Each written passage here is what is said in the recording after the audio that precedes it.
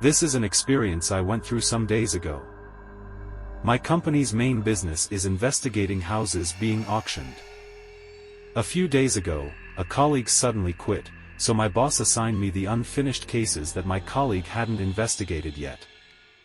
To be honest, our company mostly deals with clients with shady backgrounds, so handling dirty places due to unfortunate incidents is quite common.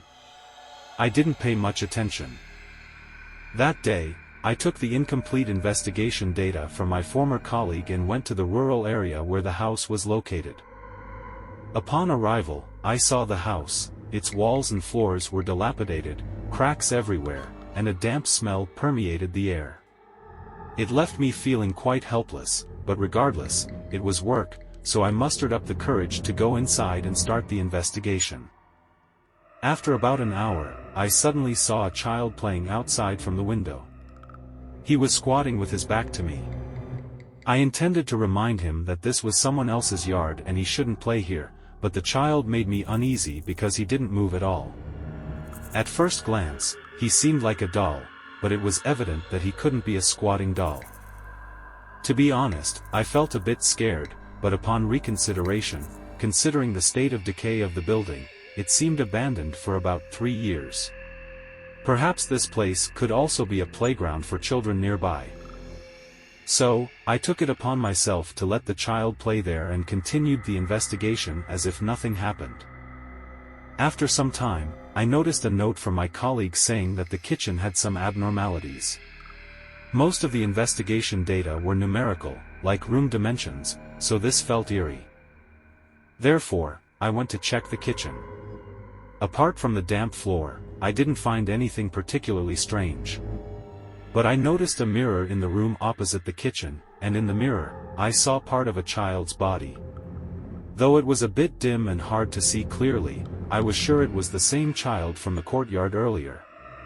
He must have come inside, but he made no sound. The eerie silence around made me feel nauseous and nervous. That child unsettled me, so I didn't have the courage to check on him. Hence, I decided to investigate the adjacent bathroom, or rather, I escaped there.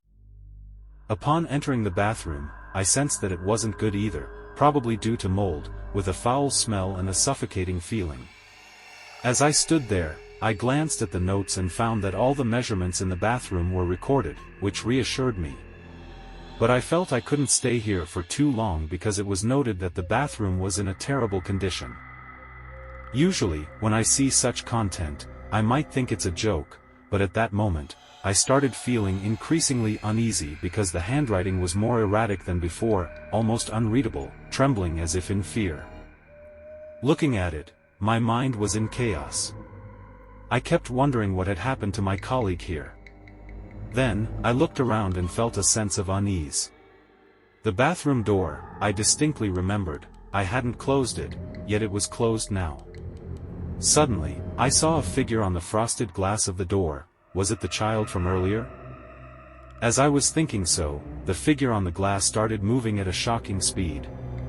It's hard to describe, their movement seemed like frantic dancing, with the head shaking up and down, left and right, limbs flailing wildly in all directions. But what scared me the most was that I didn't hear any footsteps on the floor, it was just a shadow moving at an alarming pace. At that moment, I felt weak in the knees, my hands trembling. But I couldn't just stay there frozen.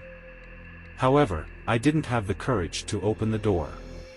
So, I stared at a small window in the bathroom, thinking of escaping through there.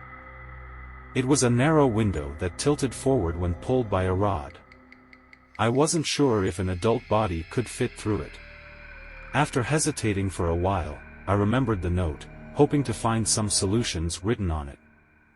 But the handwriting was trembling to the point of being unreadable. It took me a while to find a line I could understand, and it said, "No face." Sweat broke out on my forehead, wondering what it meant.